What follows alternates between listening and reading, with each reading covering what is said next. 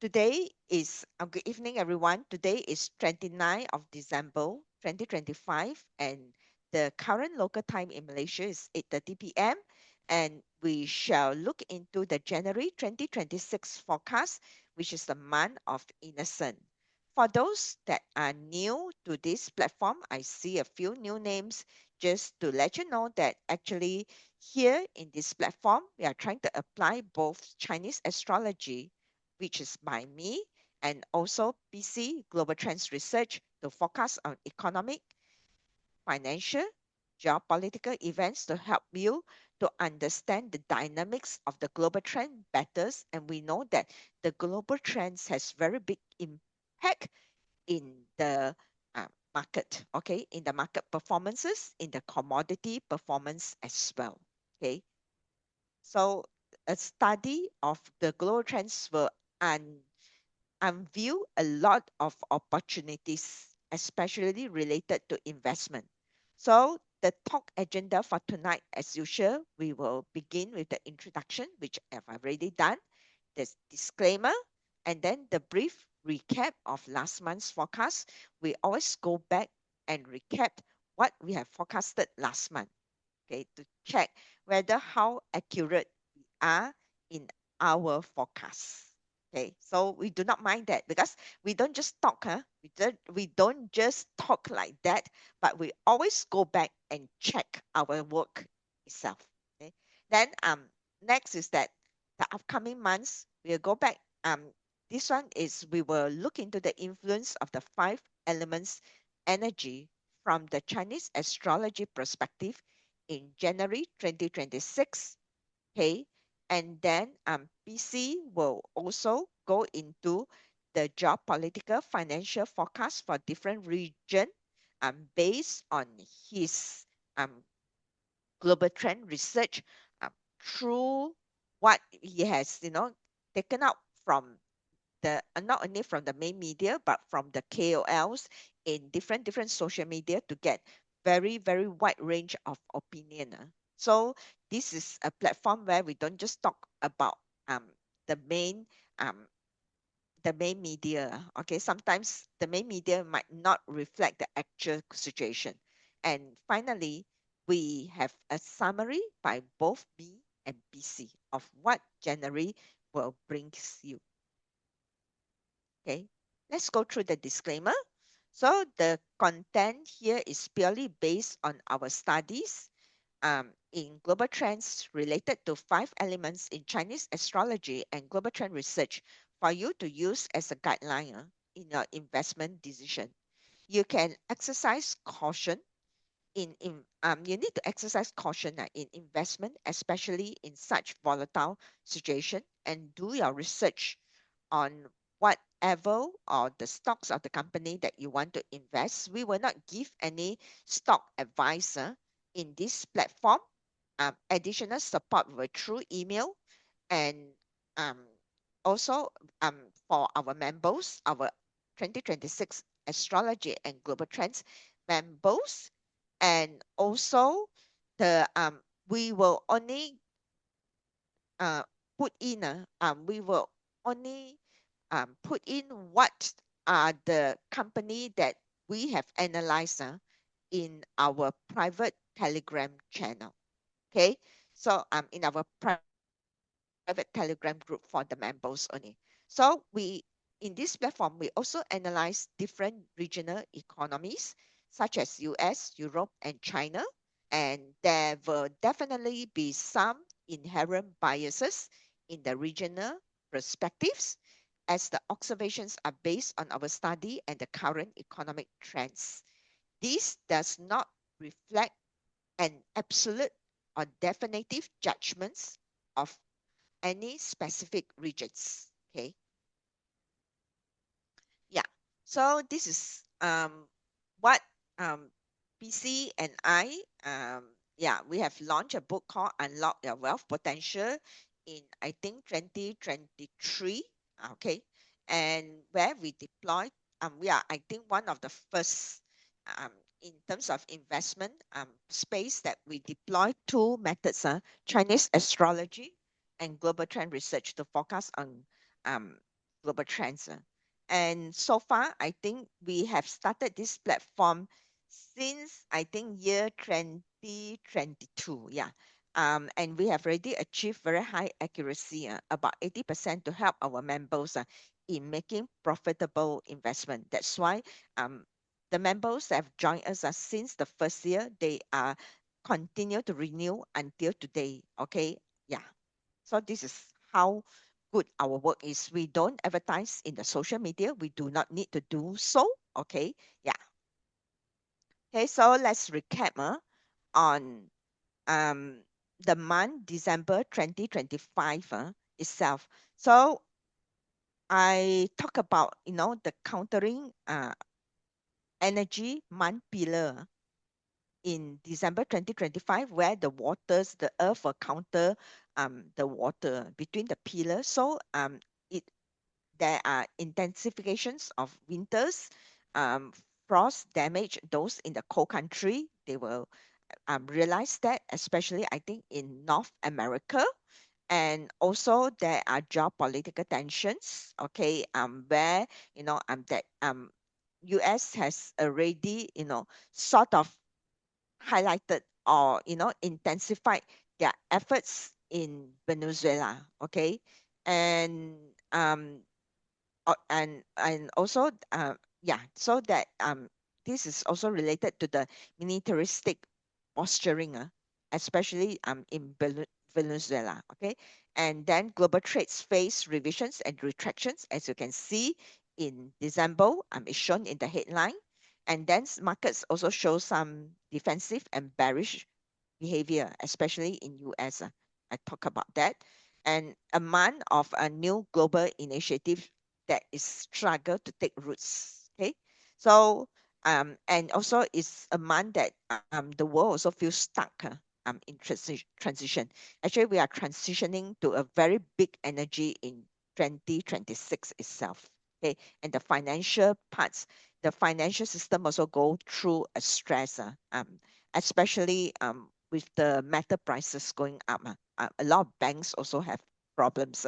Okay, so yeah, so we can see the extreme winter weather condition and the natural disasters that is hitting the headline.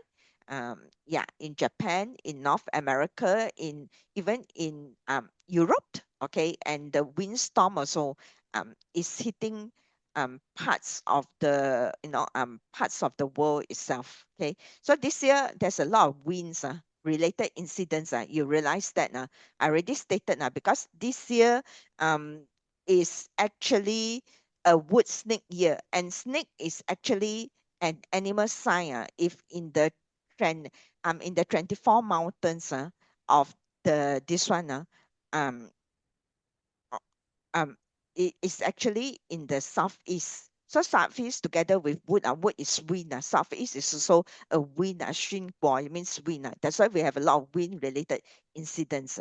Okay, so yeah, and yeah, geopolitical tensions as predicted, security as you've seen in this headline. Okay, in Israel, in Iran's, okay, and also in US, where they seize in the Venezuela coast, because I think this is related to control of oil. Yeah. Then economic and industrial trends that we have predicted earlier on, that there will be attention on metal this year. I already um, put that in my 2025 book, that there will be high attentions in metal. Okay. Yeah. And these global initiatives and systems that are in transitions that we can see here from the headline. So let's go to this month, January 2025 energy. Let's look at, 2026, is it? oh yeah, sorry. I'm always this one. Hold on for a while. Let me just put in the 2026. Okay. Yeah.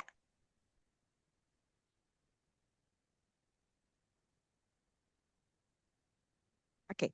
So let's look at the month of 2026 energy itself. The month of 2026, we have the month pillar of 己丑.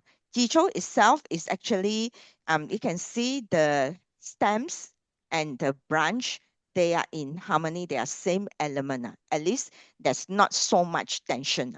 So it expected the tension will be slightly reduced this month. Okay, at least some good news. And also you can see that the fire is also producing the earth. So at least there's no clashing energy in this chart itself. So, but in the month of January itself, is actually the weather will be cold. Yeah, in the solar terms, of the 24 solar terms, when you look at the chart itself, this is how I predict. For those who has very good knowledge in Chinese metaphysics or Chinese astrology. So one of this is what I use in terms of predicting the month energy itself. We use the solar terms to predict. So in January 2024, the weather is cold.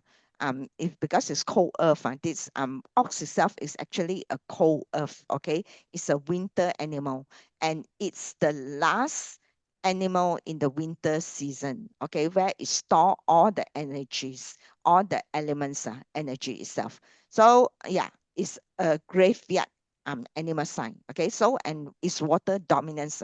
Okay, and there are snowstorms, and freezing rain, icy condition will be more persistent than usual. So when the wood is cold, and it will delay the agriculture cycle for the next spring itself. And the government will prioritize internal stability more of behind the scenes negotiations. Okay, and there will be pressures to still reform the society. And we know that right now, the world is also, most of the nation now is lack of bold leadership. I say bold means that somebody that's capable. I don't take the leadership of bold to to the person that with the red hair. It will be very different bold altogether. Okay, yeah. So water and earth is not stable itself because we see the earth out, there will be landslide, and there will be transportation and aviation, could be transportation and aviation related incidents still happening. So there will be sluggish consumer demand this month, and small businesses and startups will start to face funding strength. In fact, next year it will this will be the note even for 2026, the fire horse year. We can see that small businesses need to really look into what is happening. If you're not careful with your cash flow, you will have a lot of problem next year. Okay, and there will be a logistic bottleneck, especially in winter related items, winter related problems, and capital flows. It will be towards something that is more stable, maybe bonds, utilities, or infrastructure.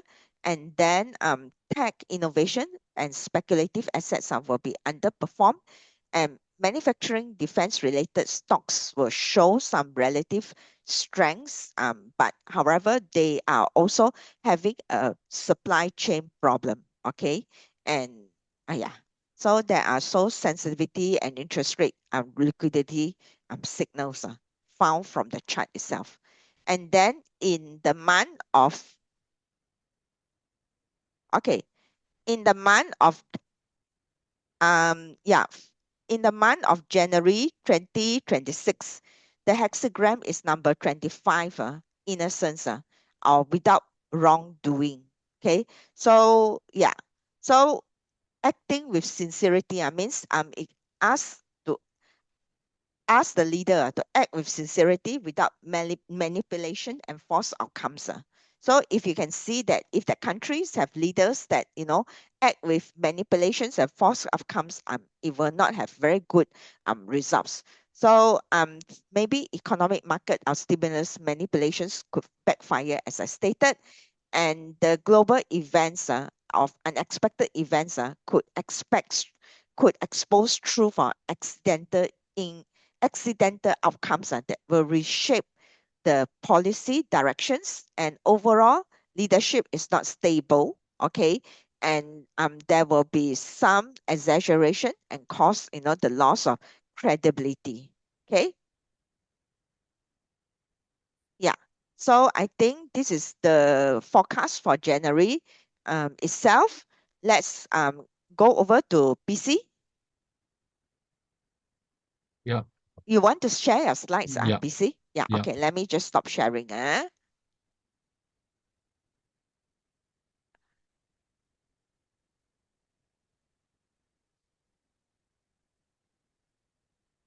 Okay, so let's run through some of our predictions for December. Um, For the US, we mentioned that stock market could be vulnerable due to lack of economic data. Well, we actually got the first half of the month correct as the S&P tumbled 2.61% from 691 points to on 11 December to 6,721 points on 17 December. However, the better than expected Q3 GDP growth, lower than expected inflation, and the Fed's commitment to pump $40 billion in liquidity helped the stock market recover strongly in the second half of the month. So the S&P closed at 6,932 points as of 24 December. The Q3 GDP and lower inflation were engineered to boost the market, which we will explain later. So I think even though US had a 4.3% growth in GDP, many economies were actually struggling it off because they know what lies underneath. So for me, it's no different because for many, I think since a few sessions ago, I've mentioned that the US will engineer the inflation lower to report a much higher GDP. So the other thing is that I mentioned that the Fed may resist the pressure from Trump because I believe that Powell would have more prudence and since he has a tough stance on inflation, but the liquidity injection must have been needed for something much severe hidden under the surface. So I think the Fed would not inject the liquidity into the system unless there is a severe problem. So, and I believe that problem would continue to escalate. If you look at it, uh, the repo facility, has been gaining traction lately. So this is due to a lack of liquidity in the market. And I believe that this will be the trend moving into January. So we need to be a bit careful because the absence of liquidity can actually affect the market performance. And especially right now with the precious metals moving up, um, if we look at the latest commitment of traders report from the COMEX, the bullion banks are actually having a paper loss of about $110 billion. So that means that they are in the hole, okay, at around that figure because the commitments of traders report was only up to the 18th of December and not up to last week. So we can only speculate that their net loss position is somewhere around the 110 billion mark. So, and that is why they are ramping up their shorting today because of the increase in margin, where those bullion banks who are short, okay, they also need to cover their short selling because of the increase in margins. But the bullion banks are very predictable. Whenever they are in trouble, they would slam the price of precious metals down so that they can cover it at a much lower price. Because when precious metals fall by 1 to 3, 4%, the speculative buyers would quickly abandon their trade. So that gives them the opportunity to cover at a much lower price. But for those who have followed us for the past few years, I've often mentioned that whenever the bullion banks short the gold or silver, it is akin to digging a much bigger and deeper hole for themselves. And the price have reflected this thus far.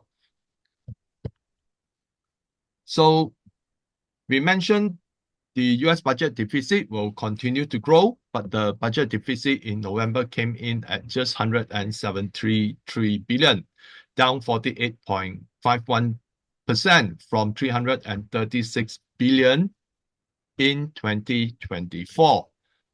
But that is also unavoidable because of the government shutdown, which greatly reduced the spending. On Europe, we predicted that France's economy could worsen due to the ongoing political and debt crisis, but its economy showed resilience, registering a GDP growth of 0.9% in Q3, up from 0.7% in Q2. And where we got right now, where the US is concerned, we warned that the AI bubble will hit the tech stocks. And this is how the majority of these companies, which I've shown in this chart, have performed. Oracle is down 2.21%. In fact, if we trace back Oracle back to the last few months, it's down almost 40 or 40 plus percent. AMD is down 1.14%, Nubius is down 3.94%, Microsoft is down 0.81%, Intel is down 10.85%. So this chart actually shows how the tech companies are round tripping by investing in AI, but AI invests in their platform or in their chips. So this is what we call round tripping. And Michael Burry actually show the entire chart for everyone to see. And that goes to show that a lot of all these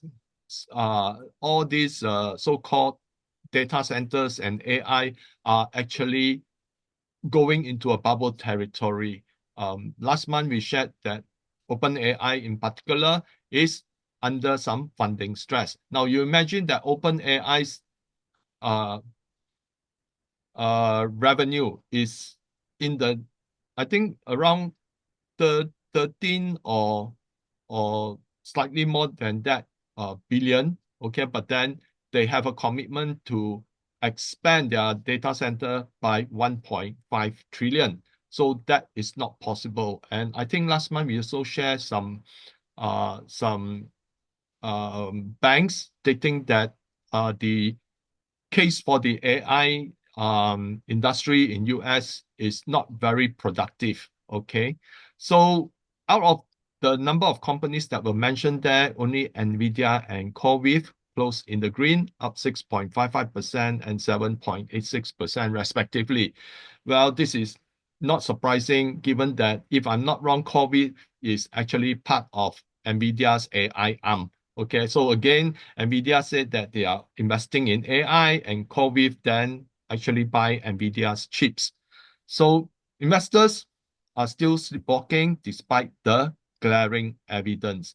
But the tech bubble, although it's very obvious, retailers are still piling their money chasing after the tech stocks. So even though if you compare relatively, the Nasdaq has gone up by about, I think, 20 over percent. The S&P, more than 10%, more than 15%. But if we look at the GDX or GDXJ, the SIL, those which are the ETFs for mining companies, they are up actually more than 100%. Okay, but people still chase the technology and not buying into the mining companies. And that is why even though gold price have increased and silver price have increased, but if we measure the ETFs as a percentage, as a ratio against the price of the underlying metal, they still underperform compared to previous peak. So as I mentioned just now, OpenAI encounters more problems as it faces a funding crunch. According to a report by futurism.com, published on 5th of December 2025, OpenAI is lighting billions of dollars on fire with no end in sight. It's committed to spending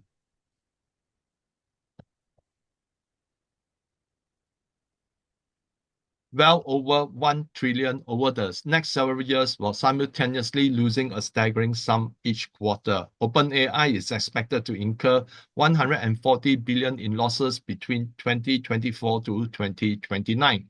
So all this goes to show that the revenue model is right now being challenged. And China is coming up with open source AI, which is a thorn on the side, a thorn in the sides for companies like Google or OpenAI, where they charge about $200 per month, whereas they charge around $3 per month, is because the US lack the energy capacity. Okay, China's energy output is actually 3 times the US. So that's why they can have very cheap AI, whereas the US, their grid is in constant competition between the needs of industry and the needs of the general public.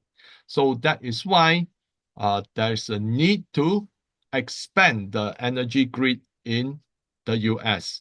So this will be the direction where the Trump administration will be working towards to achieve. So the Fed bowed down to Trump's pressure, injecting a monthly 40 billion into the market on top of the rate cut. This helped boost the stock market. However, since the rate cut, yields in US Treasuries have risen, prompting the US Treasury to buy US Treasuries to keep the yields down. Month to date, US Treasury has purchased a total of 32.714 billion in US Treasuries. So you can imagine that the rate cut supposed to bring down the yields, but why are the yields rising? Because a lot of investors have lost faith in the US dollar. And that's why they are no longer buying US Treasury. So when the US Treasury does this, this is another form of yield curve control. And bankruptcies continue to rise, indicating that the economy is not as good as the GDP show. Year-to-date bankruptcies have reached 717, more than the entire year of 2024 and during the COVID period in 2020.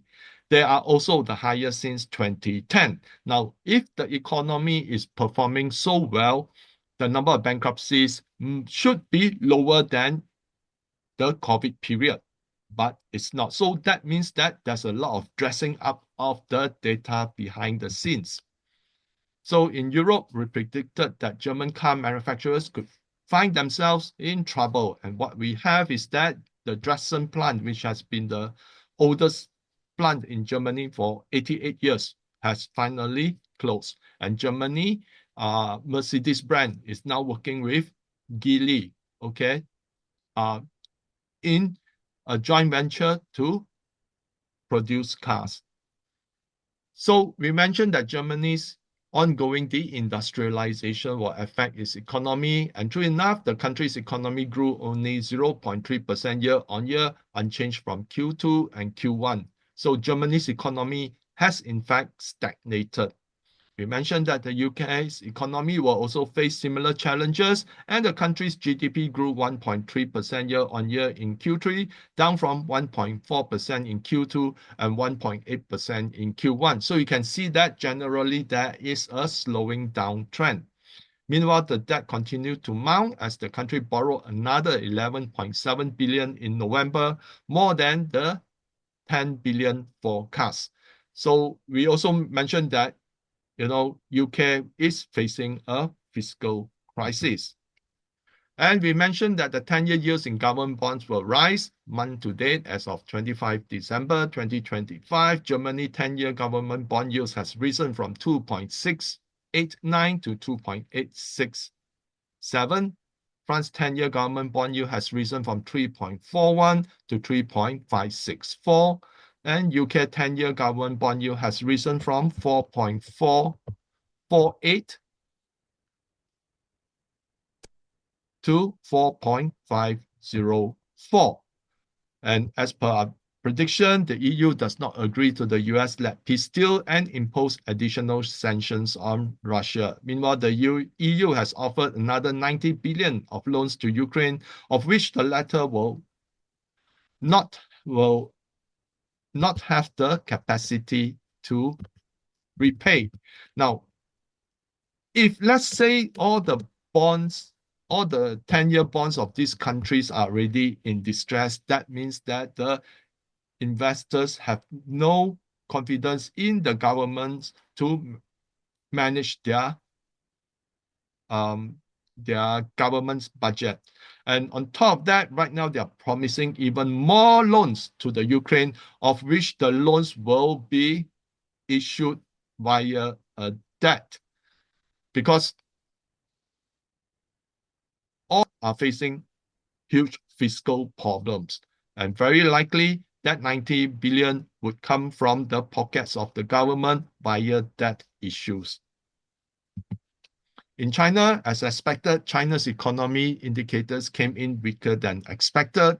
China goods and export continued to strengthen, achieving a total of almost 1.08 trillion in the first 11 months of the year, a record high driven by strong exports of high-tech and manufactured goods, even as it navigated US tariffs by diversifying markets to Europe, ASEAN, Africa, and Latin America. And China reduced the deposit rate for home buyers in Beijing from 20 to 25% in a bid to stimulate the real estate. We mentioned that the real estate is still a problem and China will keep on coming up with policy. But overall, this may not be enough unless the cut is significant, because the real estate in China is actually in the doldrums. So some policies with regard to consumption and fixed asset investment have been revealed in the 15th five-year plan. I will share some of them later. And China continues to increase its output in electricity, achieving year-on-year growth of 6.2% in November, and this is a critical infrastructure in the country's pursuit of AI development. And as predicted, China continues to surprise in the semiconductor realm, revealing its first EUV prototype, which the West has framed as unattainable given the complex components and restrictions. Now, in our book, Unlock Your Wealth Potential, I did mention about China's progress in technology. And even a few years ago, when writing our 2023 book and 2024 book, we mentioned that China's technology would actually will grow in a rapid pace.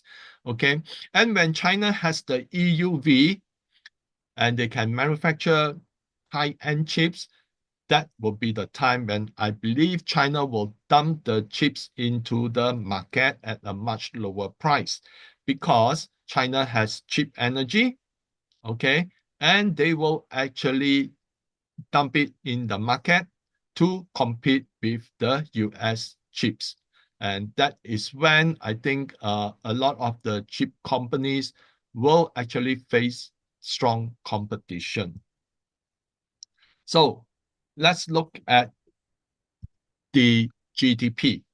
So Q3 GDP came in at 4.3%, beating expectations of 3.3%. CPI came in at 2.7% year-on-year in November, below the 3.1% expected. So these are the US economic indicators. So, however, if you look under the hood at the components that made up the CPI, the surprise is immediately gone. So how can they achieve 2.7%? They just measured just several items. The rest are left blank. Okay, core CPI came in at 2.6% year-on-year in November, well below the 3% expected. So if you recall, there were no CPI data in October.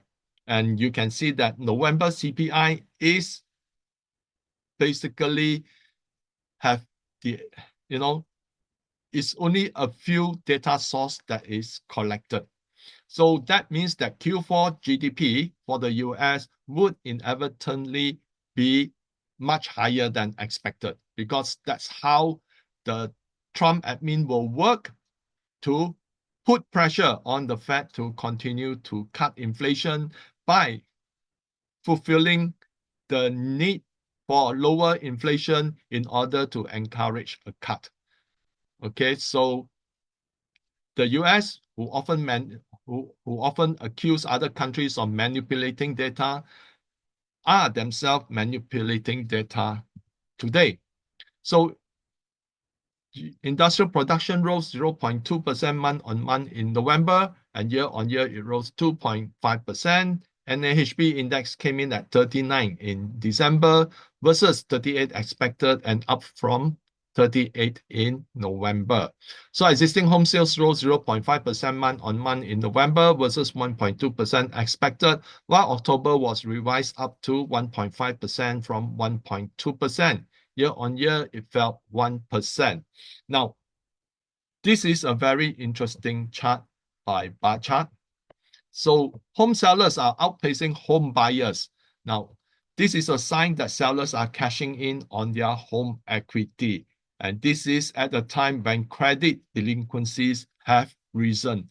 So homeowners wouldn't sell their homes unless they see something that is that they see an urgency to cash out, or it could be due to their own credit being hit.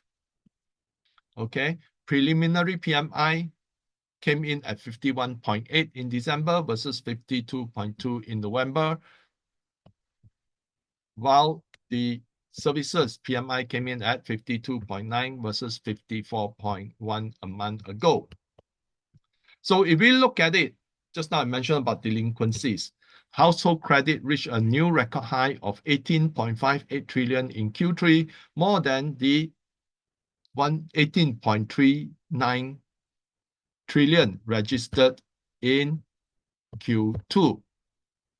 So household debt continue to go up, and credit card and student loan delinquencies are becoming a major issue. So auto loan delinquencies are on the rise. So if you look at auto loan, it's here.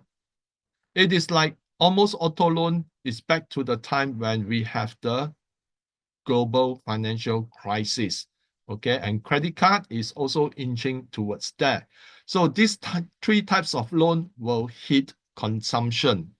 So the increase in selling of homes versus buying is not driven by mortgage delinquencies, which is, as you can see, the mortgage, which is in yellow, delinquencies is still very low. But what could prompt home sellers to sell is when their credit card debt keep on snowballing. And credit card debt carries the highest interest. And those young people who own homes are actually also in a bind because student loan delinquencies are also rising. So just now we talk about delinquencies and how delinquencies will affect consumption. Then we look at what are the primary bankruptcy filings, okay, according to the sector. So the Q3 GDP mentioned that the consumption was very encouraging, okay? So if let's say consumption is so encouraging, then why are the industrial and consumer discretionary bankruptcies consist of the larger sectors in bankruptcy filings? Okay, because you need to have consumption of goods so that industries can manufacture the goods. But if let's say consumption is so good, then why are these two sectors having the most bankruptcies?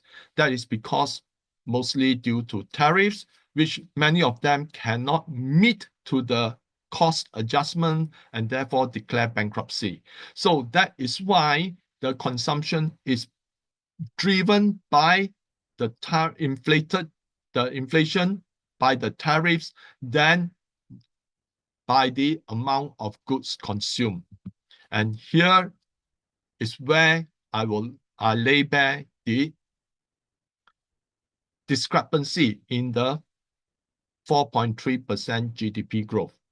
Okay, in our January forecast, in our December forecast,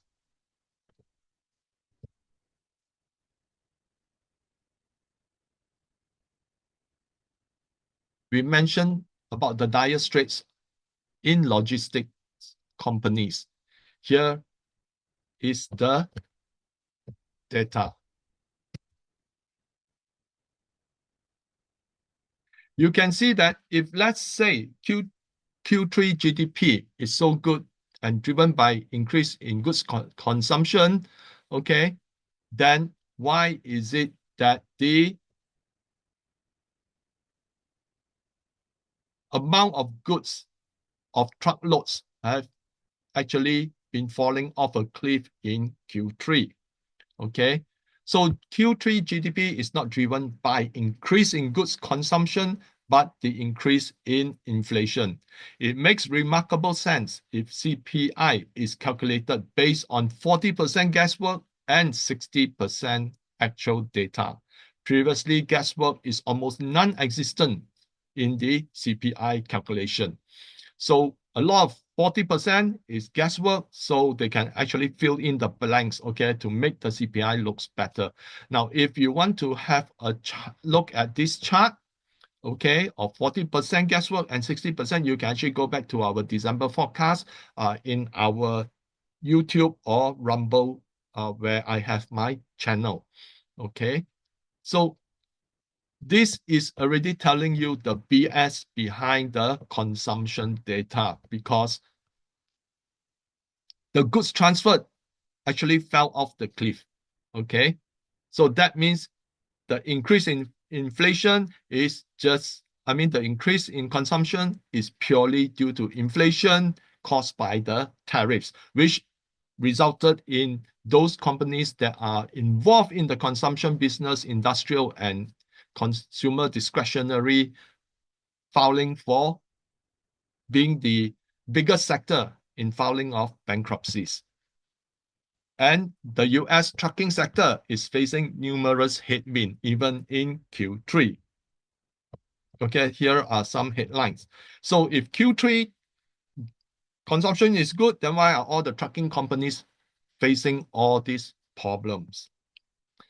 So let's look at the breakdown of the Q3 GDP. Personal consumption rose 2.39%, okay, up from 1.68% in Q2. Fixed investment rose by 0.19% versus 0.77% in Q2, mostly due to data centers. Change in private inventories declined 0.22%, a moderation from a 3.44% drop in Q2. Net trade, export less imports, rose 1.59%, driven by positive contributions from both exports, which is up 0.67%, and imports, which is down by 0.92%. Government spending rose 0.39%. So the Q3 GDP growth is made possible by managing the impact from inflation lower. The lower inflation serves the dual purpose of engineering higher GDP growth and encourage the Fed to ease its monetary policy. The increase in consumption is driven by inflation, then misreporting it not by the amount of goods consumed, as our slides have shown, and the fall in goods import also signal a lower consumption demand for goods. This helped to boost the GDP further. Okay, so here you can see for yourself how the data is being managed to a much higher GDP.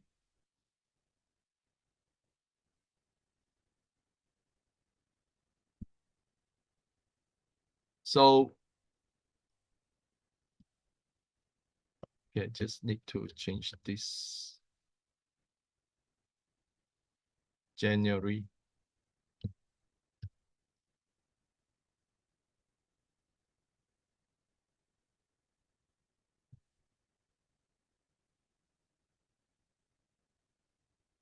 So what could happen in January?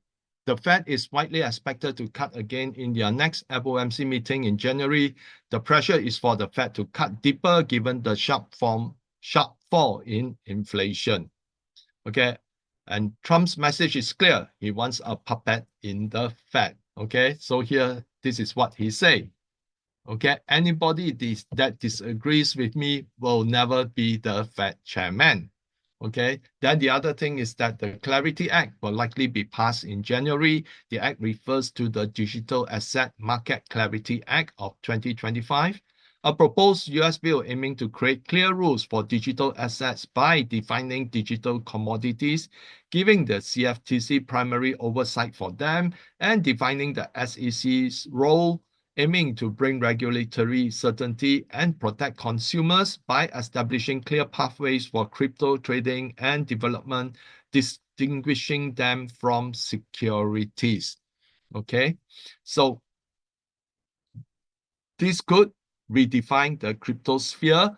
Okay, and I believe that this, once it's passed, there'll be a lot of issuance of stable coins, and that would actually drive the investment into US government bonds or US Treasury, because stable coins under the Genius Act must be invested, must invest in US dollar denominated asset, especially US Treasury.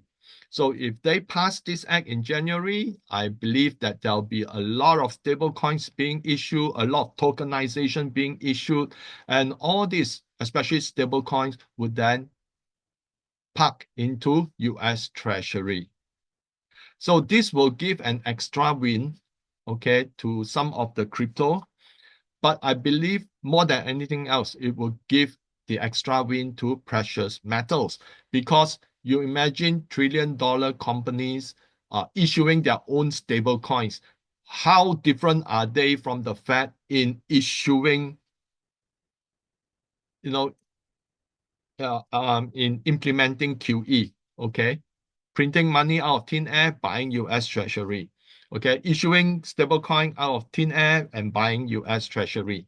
Okay, so I believe that the US wants to go on board of this road, but where the BRICS nations are concerned and many trading nations are concerned, they are on a different pathway. So US Treasury yields could rise when the Fed cuts, as the market is not buying the inflation data. US Treasury will continue to buy bonds to control the yields. Now, this is what is going to continue from December. Okay, this is not going to sit well with Trump, which could mean that he will double down on everything to boost the economy and stock market. Based on the latest political HQ poll, where Democrats are leading 54% and leading at 54% and Republicans at 38%. Now, this is for the 2026 midterms. So Trump will try to go into every source of possibilities. Okay, we'll go to every possibilities to support the stock market. But I believe that the more he supports, the more reaction, negative reaction will arise, because then people will question whether the administration is concerned about the spending, or whether the administration is really using actual data or misrepresenting data. And as Evelyn say, they might want to be bold, but there will be some reaction, negative reaction, because it's not based on sincerity. Okay, so but all this goes to show that there'll be more funds going into commodities, especially precious metals. Liquidity in private equity is drying out, and many private equity firms are in trouble. And therefore, this will prompt the Fed, okay, to readjust its liquidity injection. So consumption will continue to weaken due to rising delinquencies and cost of insurance premiums, which have risen a lot, not by the low digits that the CPI printed. So this goes to show that a combination of factors will be revealing themselves, okay? And sometimes it is very positive for the stock market, and sometimes can be negative. So what we are going to see is a very jagged edge of behavior in the stock market, but I believe overall it could be trending up, but no longer in the high percentages. Okay, so this kind of jagged um, behavior may be good for those who are actually trading, okay? But for long-term investors, you really need to readjust your portfolio based on the potential of the companies outperforming the average. So Euro economic indicators, GDP already mentioned, but overall the Euro area GDP came in at 1.4% year on year. For Germany, France, and UK, I've already mentioned. Euro area CPI came in at 2.1% year on year, unchanged from 2.1% in October. UK CPI came in at 3.2% year on year in November, down from 3.6% in October. So Euro retail sales rose 1.5% year on year in October, up from 1% in September. UK retail sales came in at 0.6% year on year in November, unchanged from 0.6% in October. So Germany manufacturing PMI came in at 47.7 versus 48.2, while services PMI came in at 52.6 versus 53.1. France manufacturing PMI came in at 50.6 in December versus 47.6 in November, while services came in at 50.2 versus 51.4. UK manufacturing PMI came in at 51.2 in December versus 50.2 in November, while services PMI came in at 52.1 versus 51.3 a month ago. So there seems to be some improvement in the data in Europe, mainly because I believe that the ECB rate cuts is gradually working itself into the economy, and therefore you see this kind of uptake. But let's go on with the uh, kind of a chasm widening within the EU. There is disagreement within the EU with regard to the additional 90 billion loan to Ukraine. Some countries were against using the seized Russian assets to finance the loan. Hungary, Slovakia, and Czech Republic were effectively sidelined by agreeing to the 90 billion package only if they were not directly guaranteeing the debt, opting out of contributing to the loan security while allowing the deal to proceed. So it's like some countries, they say, okay, you can opt out, but we are going ahead. Okay, so they agree to that. But it also goes to show that there is disunity in Europe. And On top of that, Italy wants the countries go back from the ECB. So earlier, okay, when Italy mentioned that, okay, ECB urges Italy to reconsider proposal on the bank's $300 billion gold that is held as a reserve in the ECB. Okay, but Italy doesn't care. Italy presses ahead with claim on central bank's 300 billion gold pound. Okay, because the parliamentary panel approved the people's claim, okay, and they are going to put pressure on the ECB to return. Now, why are countries right now, taking back their gold? Okay, we have many countries now taking their gold back from the US, taking their gold back from the UK, because it's not yours until you own it in your country. Okay, otherwise that gold will be leased, okay, to other parties. Okay, when Italy once it go and ECB urges reconsideration, that means the ECB might have leased its gold to someone else. Okay, many years ago, when Germany wanted to have its gold reserves back from the US, they told them it told the German government that it will take a few years. And eventually they got it back, I think about three years later, but they never declared that the same goal that they put in were the same goal that they received. Okay, because every gold bar has a serial number, but they didn't match that. Okay, that means that the central the reserves that are held in the US and in the UK is being rehypothecated to suppress the price of gold so that they continue with the acknowledging, okay, the euro, the US dollar as reserve currency. So the chasm between the EU is widening and could herald the disintegration of the union in the coming years. We already predicted this, I think, in our books earlier.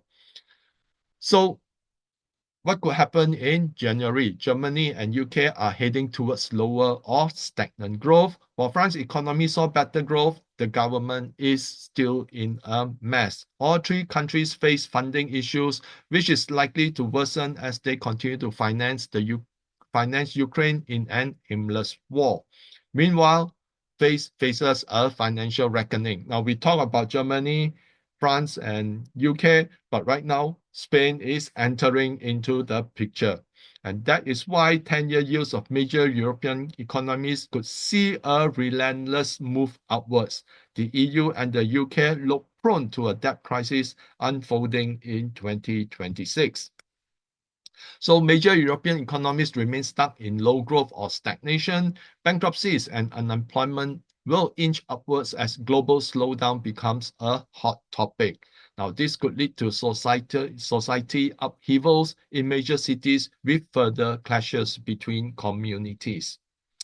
And China indicators, CPI rose 0.7% year on year in November, up from 0.2% in October. So for many years, I think China's CPI has been in negative territory. Right now is moving up, okay, in tandem with the price of resources moving up. So that is then passed to the consumer. Core CPI rose 1.2% year on year in November and changed from October. PPI fell 2.2% year on year in November, down from 2.1% in October. So on the PPI side, okay, there is some changes in the input cost, and therefore the PPI is still down, okay, but other types of inflation is being absorbed by the consumer. Now, this could be due to the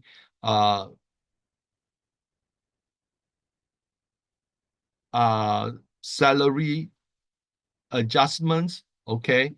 Some of the resources cost, for example, people are not, people are buying into let's say buying into certain products, okay, that are much more expensive, okay, but on the overall PPI, due to energy costs, it's being much lower. So that suggests that domestic manufactured products may not see the increase in the inflation, impact of inflation, but imported products would probably see an uptick in inflation. Okay, for example, let's say gold. Okay, gold has risen very much higher compared to months ago, and many Chinese investors are buying gold bullion, gold bars, and such. Okay, so inevitably, okay, this is something that will result in much higher inflation. So retail sales climbed 1.3% year on year in November, down from 2.9% in October. Retail sales in the first 11 months grew 4% versus 4.3% in the first 10 months. Now that goes to show that retail sales is actually slowing down. Okay, and you can see that sometimes if the CPI is up, people would expect the retail sales to be up uh, as well. Um, but here, the retail sales, you know, if you want to compare that at the start of the year, retail sales was very strong, but CPI is actually down. But right now, when the CPI is up, retail sales growth actually start to slow down. Okay, so that is why consumers will consume more when inflation is down, but they will start to reduce their consumption when inflation is going up. So industrial output rose 4.8% year on year in November, down from 4.9% in October. Industrial output in the first 11 months grew 6.1% versus 6.2% in the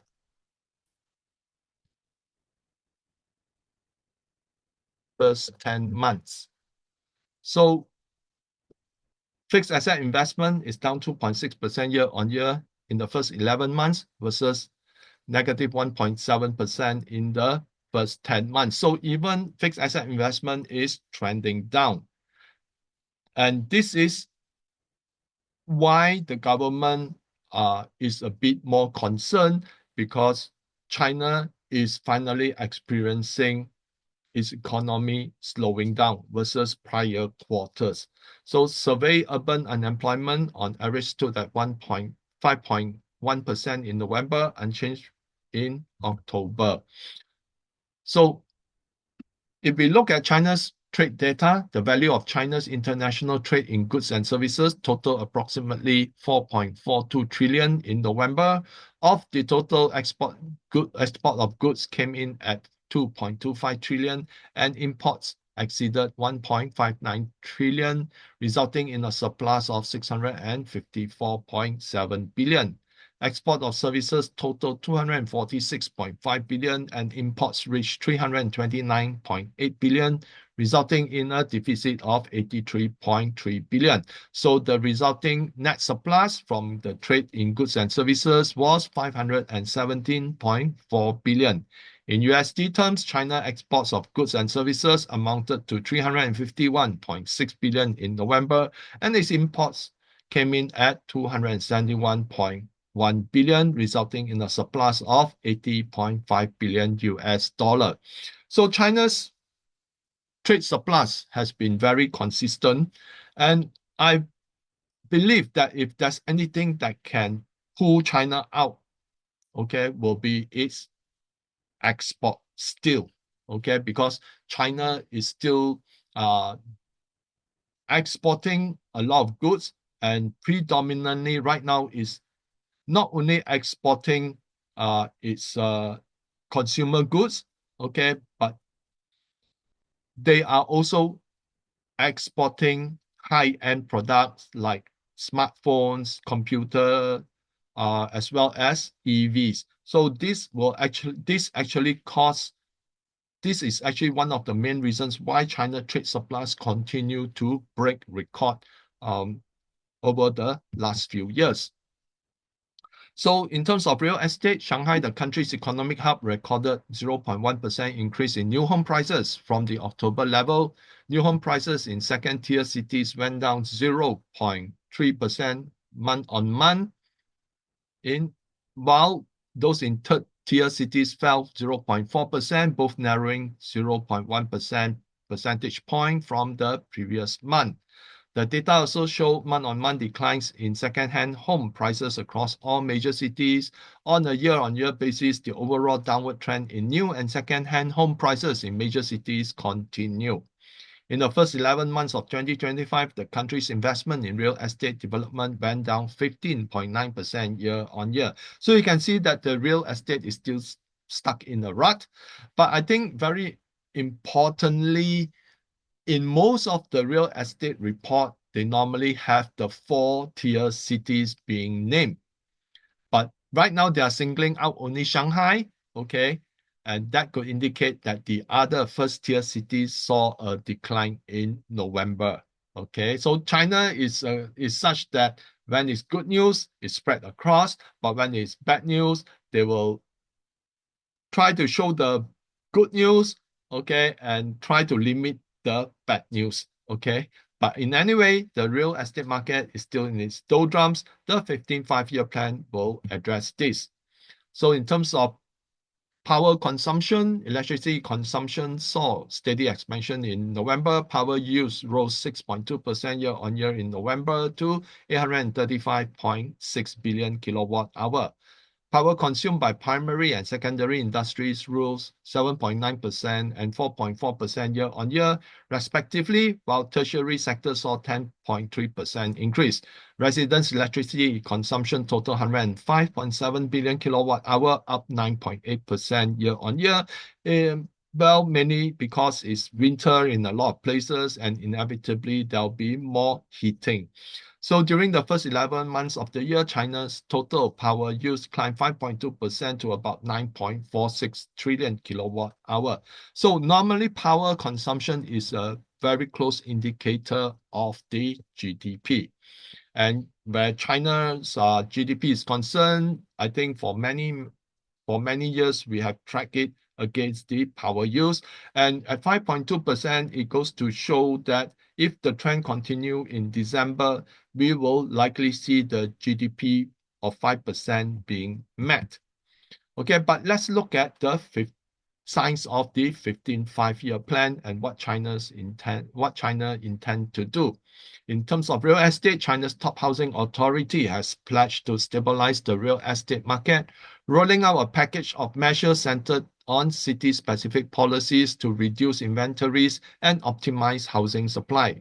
Key measures include controlling new supply in line with local conditions, revitalizing existing land resources, and refining the provision of government-subsidized housing, alongside greater support for the reasonable financing needs of real estate developers. Digital economy, double down on efforts to advance digital China development, as well as drive digital and intelligent transformation across all economic and social sectors. Building a digital China spans all aspects of production and daily life, driving progress in technology breakthroughs, industrial application, and systemic upgrades, thereby reinforcing the nation's competitive advantage on the global stage. Accelerate the integration of real and digital economies, cultivate new digital industries and emerging sectors, and shape the new drivers of growth and competitive edges. So China is growing very big, okay, in the digital economy, and I think this will be the forefront of its 15th five-year plan. In terms of consumption, Chinese authorities, including the Ministry of Commerce and People's Bank of China,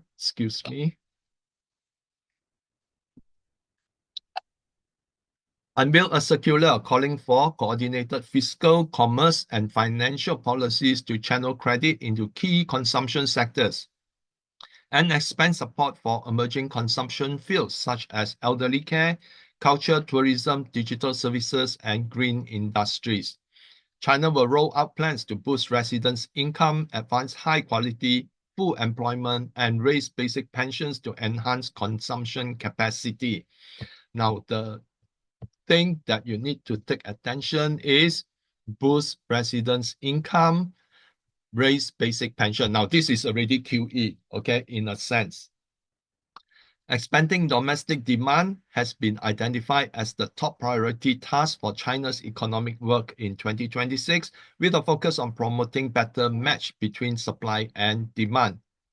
So I believe that China is going to cut the price war among the major EVs or smartphones or those in the electronic sector, because they need them to be competitive, not trying to hurt each other until someone actually doesn't benefit at all.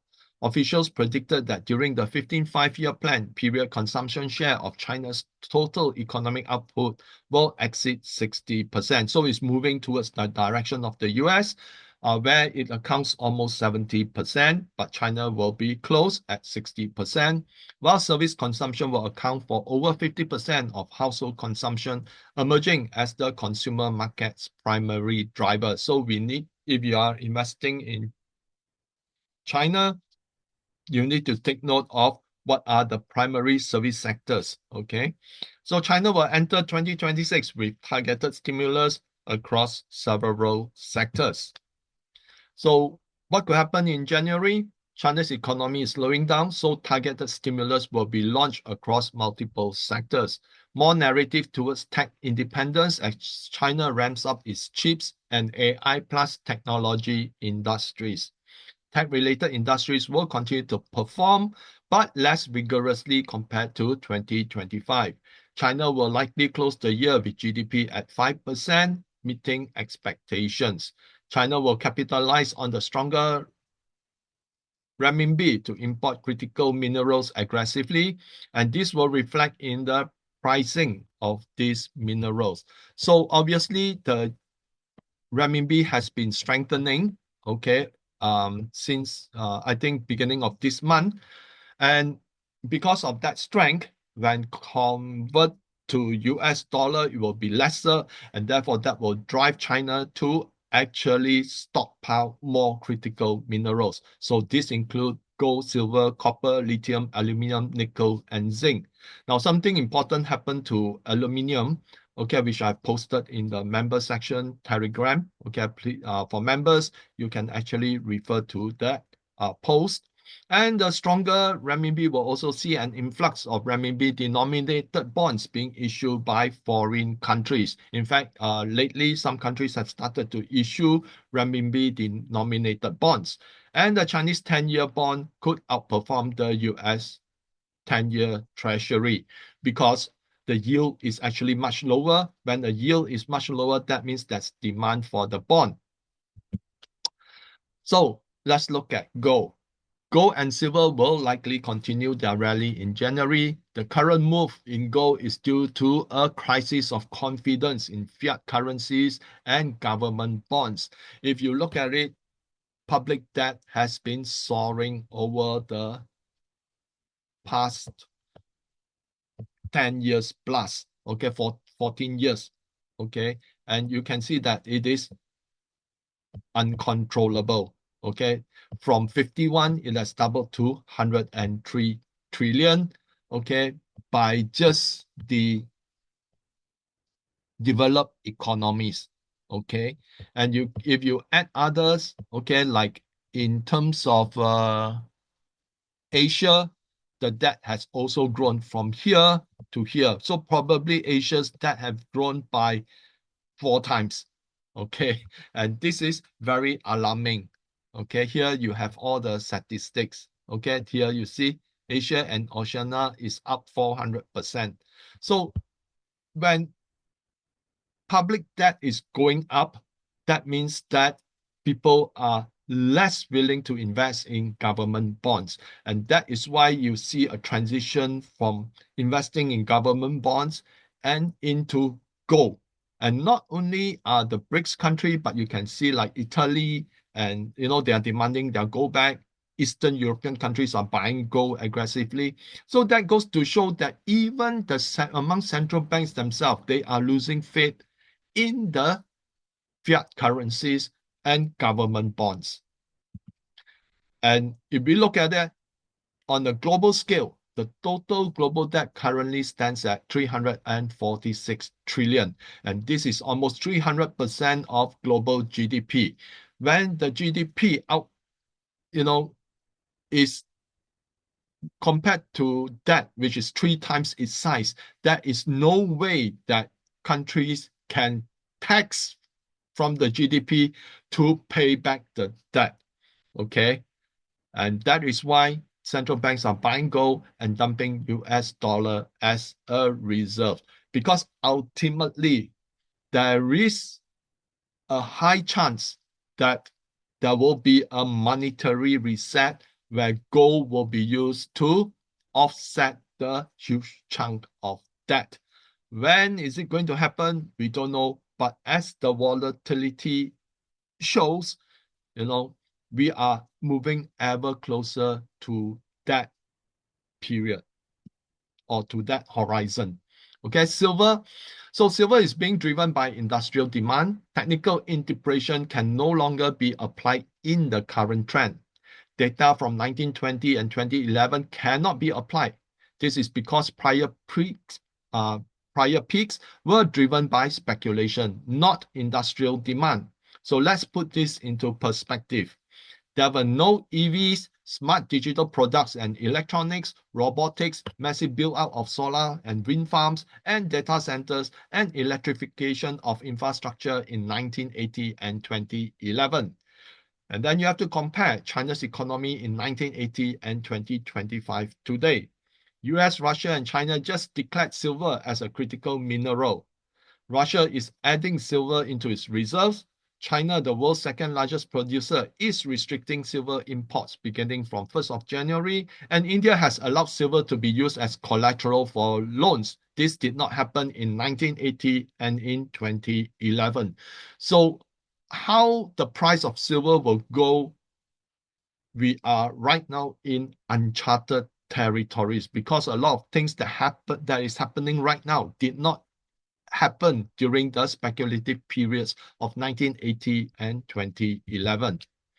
So in terms of geopolitics, US continues its military build-up in the Caribbean. US intends to blockade Venezuela into submission. News that Trump and Zelensky reach some form of understanding, except for some fine details. However, I believe that the optimism is just too soon. Russia's intensified attacks on Odessa speaks volume because ultimately I believe Russia wants Odessa. So diplomatic crisis between Japan and China continues. Neither parties have held high-level talks. Meanwhile, Japan prepares for future conflict with China. Here, they actually increased their defense budget, okay, to 58 billion in 2026. Meanwhile, tension between Israel and Iran is rising once again. So Iran is expecting Israel to launch an imminent attack, and Israel saying that they may need to attack Iran because Iran is still developing its nuclear arsenal. So, Evelyn, back to you. Okay. Yeah, let me reshare my slides. You can stop share. Okay. For a while.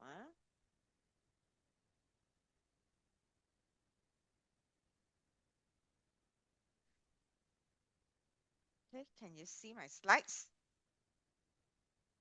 Yeah, okay. If you can see my slides and can hear me, just give me a 1 in the chat box so that I know that you can hear me. Yeah, thanks, Evelyn. Thanks, Yan, David, yeah, Jason. Okay, good. So we would like to welcome all the members of 2026 Astrology and Global Trends. I would like y'all to check your mailbox. As soon as you sign up the form, the Google form, um, we have we will our system will reply to you with all the links to join the private Telegram group. Okay, and the email address from the confirmation email is liveenergy81@gmail.com. So and there will be a link to download the 2026 Global Trends forecast book with download instruction how to read that book as well, and also the link to PC Wong's Met investment strategy, the welcome gift as well. Okay, so make sure that you check your email and then join the Telegram group link, or else you will miss out on the invitation. All the communication will be through the Telegram only for all the members, where we will also put in the presentation slides, and also the link to this today's recording as well. You will get it, I think, by tomorrow. Okay, within the 3 days. Okay, so you have early access, and also you will have the PDF file of the presentation um, slides that we are showing today. Okay, so all communication will be through Telegram group. There will not be dedicated email to you, sent to you on presentation slides or the Zoom link. So you have to get it from the Telegram group, and then there is a sector in the Telegram group where we have invitations Zoom link to join the monthly talk, and also another section for the downloading of the slides, and also the um yeah and also the recording. Okay, yeah, and the general section for all the discussion. Yeah, so for those who are here tonight, if you are interested to know more about our work and also the 2026 astrology and global trends, you can actually download a free chapter of our book 2026 by scanning on this QR code, or PC, you can drop the link in the chat box I've given to you as well in the WhatsApp. Okay. If you want to get, how many of you are interested to get this book for free? Can put in the chat box. Anyone wants to get this book for free or not? Nobody. Okay. Actually, you can get this book for free if you join our 2026 astrology and global trends um, membership. So it's a special offer. This is an early bird offer where you will get 12 months forecast from January to December at the rate of two. You can start at 249 for comprehensive members, where you will get early access of our talk here. The one that we put in the YouTube channel is already 14 days later. At the same time, it's also edited. It's not a full recording. Members get full recording. Okay, and then we have a welcome gift for all members, a Mac investment strategy video that focus on investment strategy by PC itself. Okay, so PC, you want to introduce your welcome gift or not? Actually, that investment strategy is essentially how we use analyst ratings um, on specific stocks, and then we use our own method of analysis, which is actually what MET stands for, which is actually uh, measuring the KPIs, then analyze the KPIs, and after that we do a qualitative method of deliberation. And from there, we decide among the some stocks that among the stocks that analysts recommends, which one in particular actually stands out. So it's a strategy that I developed, in 2015 when I first published a book called Invest in Foreign Shares. Yeah. Okay, yeah. So most of the stock that PC recommended or analyzed that is in the Telegram group itself is actually using this approach as well. Okay, so yeah, so we have exclusive Telegram group for the members for discussions, and also um this we will share the stocks that we have analyzed. Okay, and also the 2026 astrology and global trends stock um, itself, the annual talk on astrology and global trends, which is free for the members, and also the book I show you just now, and special discount for our courses. So for premium members, you will get everything that com- comprehensive members will get, but this will include a weekly market insights report, the weekly three victory Timan direction, and also the daily Timan direction for you to manifest for investors intuition.